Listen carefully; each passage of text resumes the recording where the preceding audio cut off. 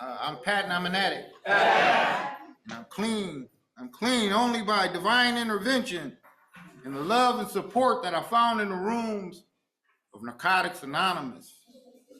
Who would have ever thought when I looked at the people around me that they were going to be my help? I was like, heroin addicts can't help me, man. Shit, you can't even trust them. And the longer I stayed and I listened, I started to identify. I really love this poster, Out of the Darkness and Into the Light. And that's when the miracle happens. Big black ass fucking mic. And that's when the miracle happens, is when we uncover what we're no longer our most guarded secrets in the fifth step. And that's the key that happens here. I did a fifth step 2 weeks ago, and this guy was reading his fifth step with me, and he started crying. He goes, Pat, I think I'm losing it. I go, no, Holmes, you just found it. You just found it, right? Maybe these steps scare you. They scared the shit out of me when I was new. I looked at them and I was like, I saw God in there. And I was like, man, God don't want nothing to do with me.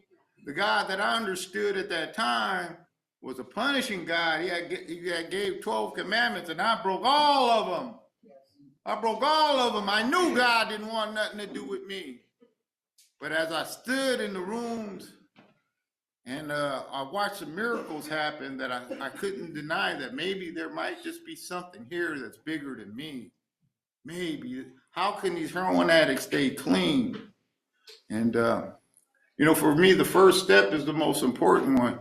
When I first got here, when you guys said you were an addict and your name, it was like, well, I just followed suit. Monkey see, monkey do, right?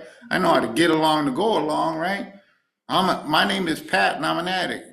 But that was a surface stuff. I didn't really admit that shit to myself, right? Like, that's an admittance step, that we have to admit that to our innermost selves, right? And this is a program where we got to expose ourselves, right? And like, look back, well, can I ever control drugs? Can I control just a line of cocaine if there's 5 lines? Hell no, I'm gonna do 3 and leave 2, or I'm gonna do 4 and leave 1. Fuck it, I'm gonna do them all. And that's the kind of addict that I am. I overdo everything. I can never minimize it. I can never say that's enough. I'm gonna go home.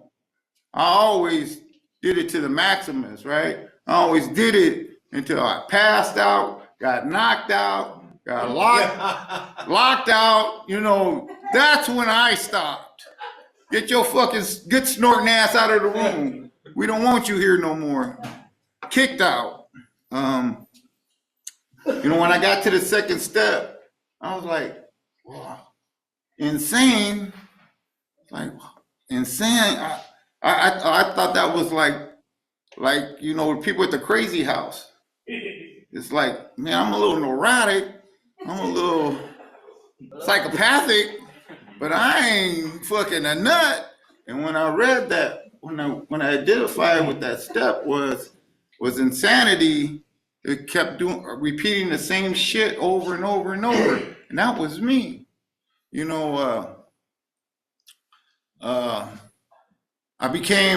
started working on the harbor in 1979, and they were paying good checks back then. There were a lot of work in the harbor back in the 80s. You could fill up the truck driver's container at the banana dock. He'll pay you $40, and back then $40 don't sound like a lot of money, but minimum wage was $2.25 back then. And if you filled up in $80, you could buy a lot of crack for $80. Back in the 80s, you damn near get a fucking you could damn near get a what is that, eighth or whatever it is. It's been a long time. I got clean in 1986. I want to tell you a story about my first Narcotics Anonymous meeting. So I go to a Narcotics Anonymous meeting. I just got out of detox up at San Pedro Palencia Hospital, and Fred Brown was a monitor. He would monitor us in what meetings we go to, so he would be there. And these girls really liked Fred Brown, and these girls were back there was Roxy Another one was Linda C. I don't know if she's alive or not. I can't say her last name. And the other one was Eleanor. And these girls, they're like, I'm used to going to the Don Hotel and seeing girls that look like the Little Rascals, right? Their hair's never been combed. It's like, I'm a crackhead. I wasn't having sex. When you smoke crack, your shit goes, whoop. It ain't coming up. I didn't have to worry about AIDS because it was always, whoop. And so when I got to this Narcotics Anonymous, they had halter tops on, man, and they were all big chested. I was like, damn, we hit the jackpot, huh? And I'll never forget that meeting, man. Anyway, so I just briefly touched on the second steps. I'm a little tired, forgive me. I'll tell you about that a little bit later. 1980, I'm a crackhead, and I love cocaine. I don't know about anybody else, but I love me some cocaine. I like to snort it. I like it when it gets stuck in the back of my nose and it's just bleeding down. I like to gum it. I can't even talk. Bitch, what's your name, bitch? I can't even talk. No wonder why I couldn't have no girlfriend. Shit, I couldn't even talk. I love me some cocaine, man. If there was an 8-ball cocaine and a room full of naked girls, I wouldn't even pay attention. Give me this cocaine, man.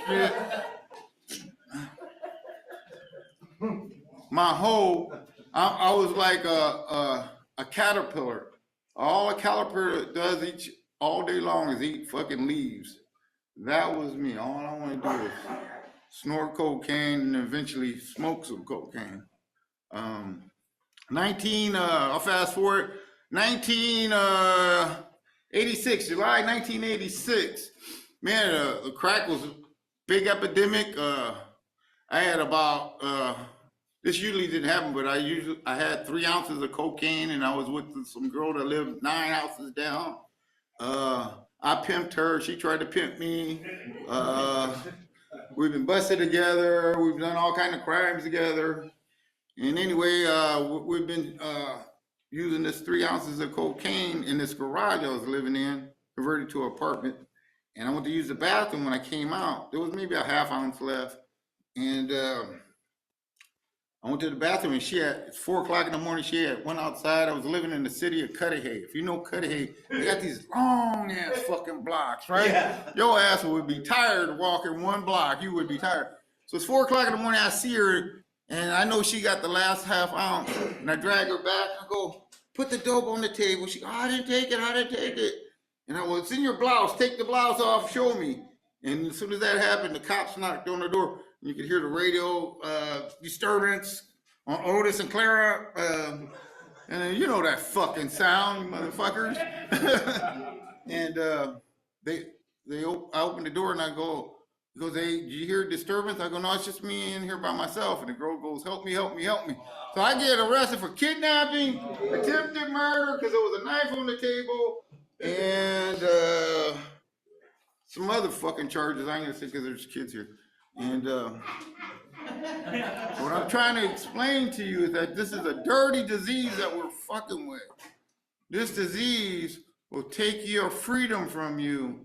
This disease will take your life from you, and you won't even have anything to say about it. So I get arrested for these charges, and at this time, all my life I lived in between California and Chicago. I did all my adolescence in Chicago from 10 to 17. So I came out here by myself.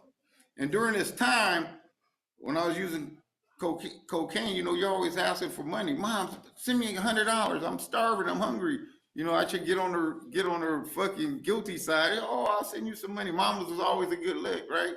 But Mom started going to fucking Alumni meetings, and she goes, I've been reading this fucking book, and it says I gotta release your ass with love. Don't call me for no more motherfucking money. Please. I was like, motherfucker. So when I got to this detox and I saw that Alcoholics Anonymous meeting, I was like, fuck you guys, you turned my mother on me. I was pissed off. I had all kinds of resentments going on, right? All kinds of shit jumping on. I'm fighting this case. But this case I'm fighting, my mother, I hadn't talked to my mother in about 5 years because every conversation was no, hang up. So I don't know how she even found out that I got arrested. And she ended up bailing me out. Anyway, I'll tell you the whole story real quick. So I'm in Southgate, that old fucked up ass jail, right? I'm in that old fucked up jail for 3 days. They held me for 72 hours. The DA comes and go, good news is she ain't pressing charges. The bad news for you is we're gonna make sure your punk ass do 30 years. We're tired of you fucking around in our town. And that's the disease of addiction, trying to take my freedom, trying to take my life. So my mother, so I'm in this jailhouse, and I'm looking in the Southgate, and they don't have a mirror, but it's like aluminum, you know what, the mirror, the phony mirror they got. And I had been smoking crack off, I ran out of the lighter and alcohol, so I was smoking it off the fucking stove, right? My fingers are burnt, my lips are burnt. I'm looking in the mirror and I go, could it be the dope, man? Is it the dope, man? What is it? And such a denial that we store, man. This disease keeps us in denial. You know, we don't want to admit that fucking shit that we're an addict, that our lives have become unmanageable. Should be very clear if you're sitting in this room, it should be very clear. I suggest that you read the book and get a sponsor and ask some motherfucking questions, man. You know, gotta ask some questions. Gotta ask for help. I don't understand this. What does this mean? So I go to the detail. I'm looking in the mirror and I go, yeah, it is the drugs. I need help. And this is how I know God intervened in my life. Was my mother hired a lawyer. The lawyer showed up and goes, hey, I think I can get you off, but you got to go to detox. You got to get clean.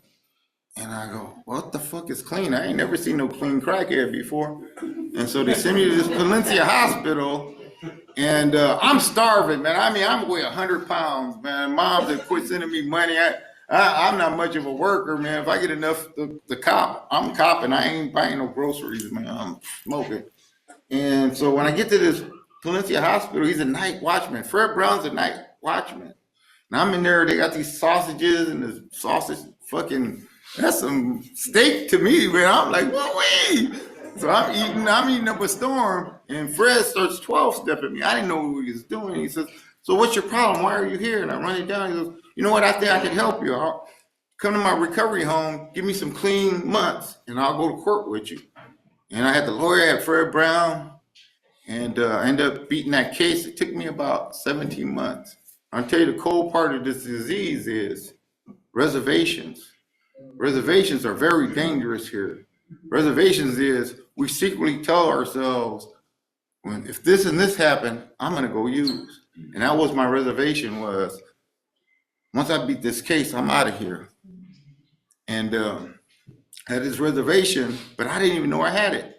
So I beat it. I go to Chicago to see my mother and father around Christmas every year, and I run into my old partners. They always tell you don't hang around with your old playgrounds, old playmates, and old playthings. But I thought I was cool. I had 18 months clean. Shit, you couldn't touch me. You couldn't tell me nothing. I'm heavy now. I worked the first 9 steps. I'm heavy. Shit. I picked up right where I left off. I just said, as long as I don't smoke no cocaine, I'm cool. That was my reservation. And I drank 40 beers one night. I was sicker than a dog. Did it for about a week and a half. Came home, and I had no intentions of getting clean. I started feeling guilty because I started seeing the people in the room that came to court with me. They barely knew me, and they came to court. I felt guilty. I stood up, and I admitted it. And some people shunned me, and some people welcomed me. And I surrendered that day. That was December 26, 1987. I haven't used since.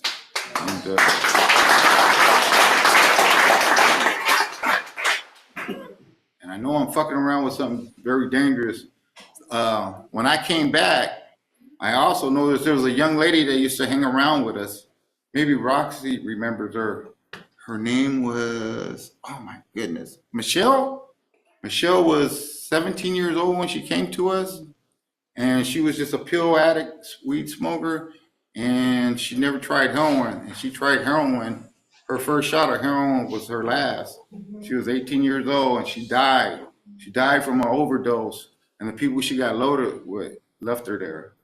It's a killer we fucking around with, man. Disease is not impressed how old you are, how young you are. All it wants to do is snuff your motherfucking ass. We dealing with a killer here. Anyway, so I got right back up. Got a sponsor. Started working these steps. A lot of it was surface stuff. I believe recovery happens over time, not overnight. You got to stick to this thing. Like, you didn't become a cultivated criminal your first motherfucking day in the prison. It took you a while. It took you a while. You had to get school right. The same thing happens here. You got to get school right. I don't know. I've had 3 different sponsors: Artie Martinez, Freddie Aquino, and now I have a gentleman out of Greater LA named Lester Long with 36 years. We both have 36 years. And I just ran through the first 11 steps with him. I've had him for 2 years. And out of that flat book, but I've been through that flat book. This is my 5th fucking time through that flat book. And what I like about the flat book is it points toward this, out of the darkness and into the light.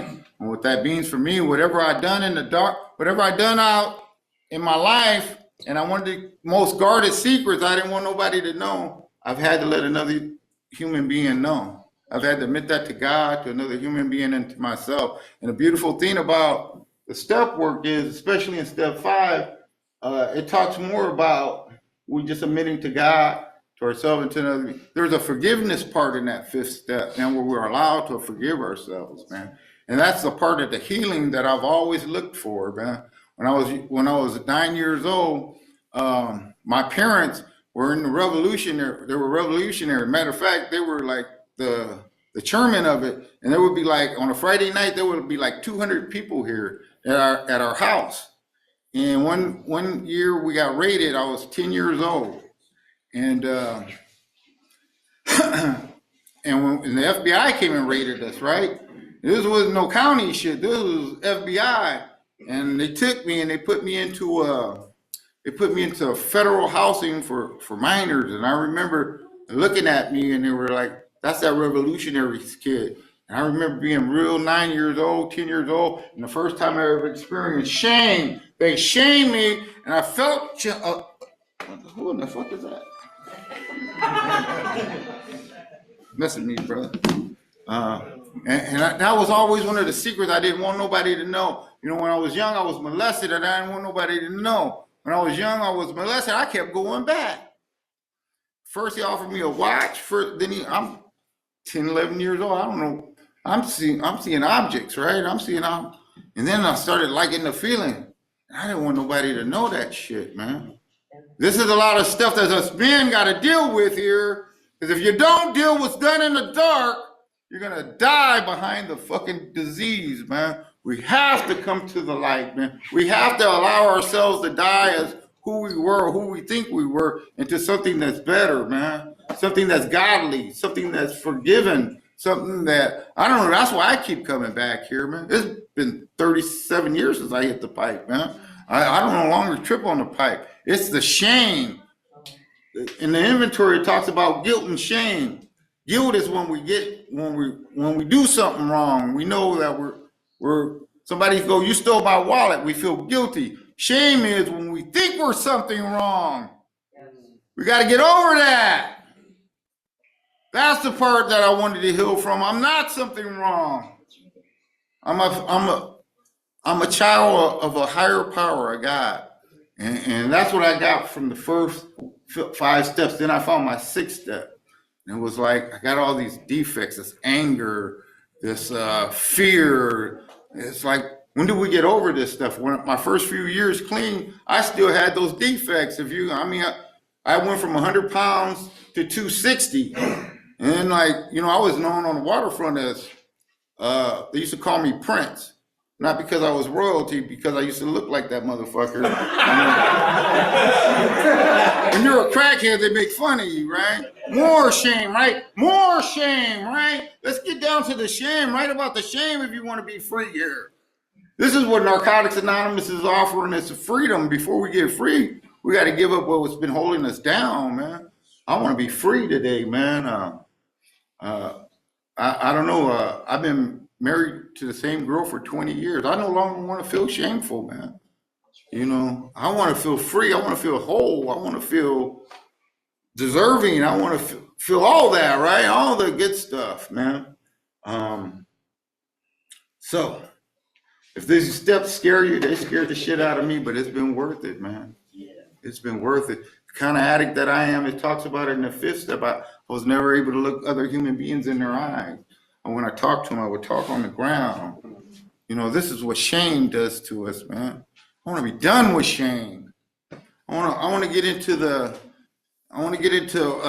what spiritual, the spiritual nature of living in harmony with others, living in harmony with my society. You know, when I see, like, there's a liquor store right by the Longshoreman Hall. I think it's called Avalon Liquor, right? I used to go in there and I used to steal every fucking thing. When I got clean, I couldn't go in there. Why? Why couldn't I go in there? Because I'm shame and guilt. Shame and guilt. So I had to go into that store and go, hey, look, man. Back in the day, I used to steal from this store. I don't know how much I stole, but $100, $200, $300, $400, man. I think that'll even us up. And that's how you get rid of shame and guilt. You reclaim your life by going through the step work, man. The 8th step, the 9th step, 8, 9 steps are the key to regaining your freedom, man, to your life. I remember when I finished that 9th step, I was so fucking happy. I was so fucking happy. It's like, wow, I made all these amends. Like, if you look at me, I look like I'm Mexican, right? But I'm not. I'm black and Chinese, but I always grew up in the fucking barrios, right? So everybody accepted me, right? So my first name is Patrice, and like all the homies call me, hey, Patricio. So I blended in after a while, but after a while, it was like I didn't want nobody to know my first name, and I went by Pedro. My name is Pedro. And what's cool about lying is we believe our own lies. I would lie because like everybody knew who I was in Chicago, but when I moved to Southgate and I started hanging around Florence, I told them my name was Pedro. When I got to the rooms, I wanted to say my name was Pedro and I'm an addict. I called myself like, damn, that's a lie. So there's a lot of work to do here. And I've been dating this girl for about 4 years, and I told her my name was Pedro. When I got clean, I went to make amends to her, and she goes, "You're so stupid. I would have loved you anyhow. I would have given a fuck if your name was Dick." Right? But it's addressing the fucking shame and the guilt that will set us free, right? I don't know about y'all. I was driving over the freeway after I made that last amends, and I became automatically happy, like I hit crack or something. I was just like, yeah, fuck yeah. Like, you can't buy that, right? That's the journey that we get here in recovery, is we get to be okay with who we really are. I didn't come here for that. But when I started investing in the sponsorship and reading the book, it was like I started gravitating. Well, how do you do this? What does this mean? What does that mean? If you're new here, one of the most profound changes that you get is your personal relationship with people inside the rooms of NA. It will change your fucking life. It will give you some new people to hang around with. It will give you some new ideas. Members that have been here for a while have new ideals that work. They live by principles. What they say, they mean. How many minutes I got left? You got 60 minutes. Good. So I want to tell you about how beautiful that my God is, man, that this God and what people have taught me through sponsorship. I think sponsorship is one of the most beautiful things, because when I did the 5th step, I was like, man, I was molested. He says, so was I, Holmes? And I was like, fuck, well, I done all this stuff clean. He says, I did the same thing. And like, that gave me some trust, man. Trust is huge around here. So anyway, when I hooked up with this woman 20 years ago, she had a 1.5-year-old, and the dad was one of us, you know, just a mess, you know, been a mess for 20 years. And he doesn't support the kid. So I raised the kid. Unfortunately, we started hanging around with bad elements, you know, that weren't really in the room, people that she grew up with. And she had bad kids. And my oldest, you know, turned bad, started smoking weed at 12, 13. I was like, partner, when you get 18, you keep doing that, you got to leave. So her whole family had moved to Colorado about 10 years ago. So he went there when he turned 18. That was 4 years ago. So yesterday, I was asked to speak. She asked me to speak last night. Nancy, I fucking forget. Love Nancy. Nancy asked me to speak. And my wife was working nights, and I had just finished days, and I was like, oh man, all right, I'll do it. And when my wife came home at 4 o'clock in the morning, she was crying, right? She was crying. I was like, look at that. Woke up. Why is she crying at 4 o'clock in the morning? I'm like, baby, did you run somebody over at work? What happened? And she goes, no, Mario, our oldest, got in road rage and started shooting at people, and he got arrested. And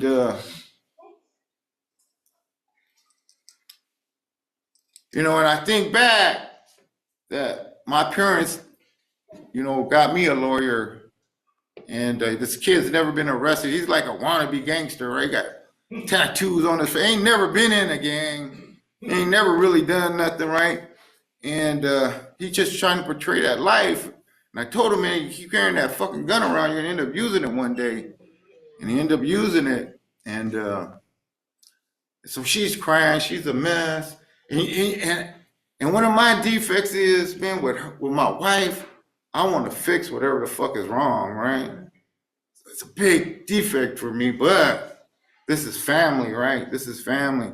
And she says, we need $16,000 for retain. I go, here's the check. Get him out right now. Go get the lawyer. Go to him, represent it, and tell him to keep his mouth shut. And then later on, we found out it was only a $10,000 bill. So I don't think it's that fucking serious. But I'm glad that Narcotics Anonymous has transformed this kid that used to go to jail and depended on my parents to bail me out. And now it's on the opposite end, right? It's on the opposite end. Woo! You know,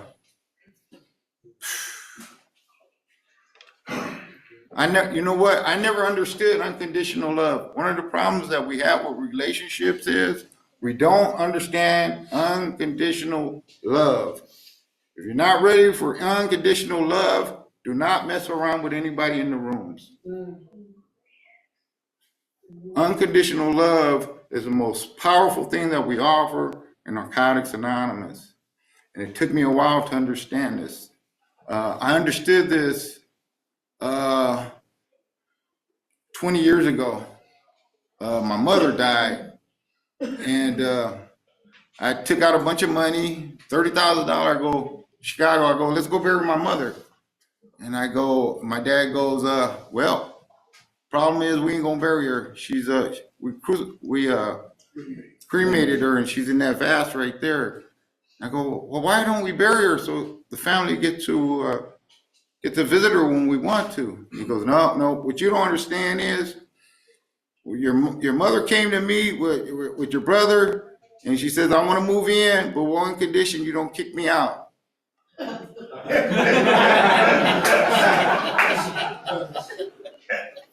And that's the best example I can give to you from unconditional love. If I'm not here to love you and be concerned about you, I shouldn't be fucking with you. So if you got problems with relationships, take a look at your unconditional love. So if you don't really want to be with that person, quit playing with them. That seems to be a defect that we have around here. And I learned that from my last two sponsors. So that's what's going on with me, man. I really wanted to buy a car with that money, but God had a different plan, right? God had a different plan for that 20. Huh? You can still afford one. Yeah. Go get your car, right? I'll let you tell it. Yeah, stop playing. Well, you know what's amazing is a crackhead can save money. Man, I probably have 6 digits saved. I got a 867 credit score, right? Motherfucker, man. I said, what? Shit. I'm a crackhead. I love to borrow, man. Hate to pay back. But we learn how to be responsible here, man. We do change here. And the changes are subtle. We don't even notice them. I want to tell a story about Nancy. So I used to be the secretary of the Tuesday night meeting, and Nancy would come every Tuesday, and we would get the best speakers out of California, Southern Cal. And Nancy was on fire for this thing. I met her in her first year, and she was on, where do you find them? What's their number? I'm like, go get their numbers. And now to see Nancy, what, 6, 7 years later? Almost 10 years later, being something that God uses, just like Fred Brown uses to help other addicts, man. God works through other people. God worked through Fred Brown for me. God worked through Nancy for you guys. God works through Nancy for me. Love Nancy. Nancy got me out of the house and listening to my wife crying and shit. Like I could come here and tell you about what happens here if we stay here, man. What happens here, this joyous and wonderful life that happens, man. Narcotics Anonymous has been good to me. I do not care about being no speaker. I want to learn how to live these principles. I want to learn how to practice them in all my affairs. That's what I want to learn. How do I treat the newcomer? I think I've run in with most of you guys pretty much 3 or 4, and I reach my hand out, reach my arms out. And for me, that's a big deal, man. I didn't want to know nobody when I got here. And now I want to know everybody that walks through here. Welcome. Welcome. This works. I want you to know that this works. That we never have to do with that shame and that guilt, man. We can be free from that stuff, man. And it takes a lot of courage. Is my time up? You got 8 minutes. 8 minutes.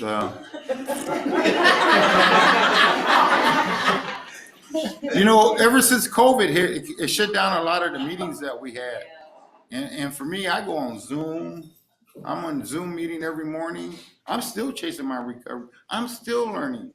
I'm still learning about 6 and 7, the 9th step, the 8th step, the 10th step. I'm still learning the 11th step, man. I want to tell you about I'll tell you about the 11th step and I'll shut up, man. I started seeing evidence from the 2nd step, right? I didn't talk to my mom. Showed up. She showed up 5 years later with some money to bail me out. Put Fred Brown's in a detox that went to help me go to court. What kind of evidence do I need, right? And so I go through that 2nd and 3rd step, and it hits me real profoundly about 17 years clean. That's when my mother died. And it hit me real, and then I went to the 6th step, then I went to the 11th step, and in that 11th step, it talks about improving our conscious contact with God, right? And what stuck out was improving. I had met him in the 2nd and 3rd, 6th and 7th step, but at the 11th step, it talked about improving. And my sponsor been on me, meditate. Because I like just to pray, right? I just pray for knowledge of God's will for me and the power to carry that out. I'll pray, okay, I can pray, okay, but that meditating, it starts scaring me because my body starts shaking. And what I got from that was, and I had a problem with chasing women around that time. I was chasing a lot of women, so I didn't know how to sit still at nighttime. I wasn't married, and God suddenly talked to me and go, Pat Perry, I want you to know what I've done for you. I want you to learn how to sit still and know that I am real. And that's what I started hearing in my meditation, and it scared the shit out of me. It scared the shit out of me. But for this addict to stop doing a behavior, it took a power greater than myself, man. The knowledge of God's will for me is to sit still and know that He is real. Man, this is a heavy fucking program, man. For a guy, when I got here, I'm like, these God things, it fifth step, no, but this is improving my life. It has given me something called character, something I lacked all my life. I knew how to be a character, but I didn't know how to about maintaining character. And that's what the step work is teaching me, is how to have character. Anyway, this works. If you're new here, this works. But it only works if you make the effort to get it. Without effort, it's all fantasy, man. It's all fantasy. And I've seen a lot of people coming out of these rooms since 1986, and I was one of them. So I got back here and I jumped in with both feet. Anyway, thank you guys for having me for the show.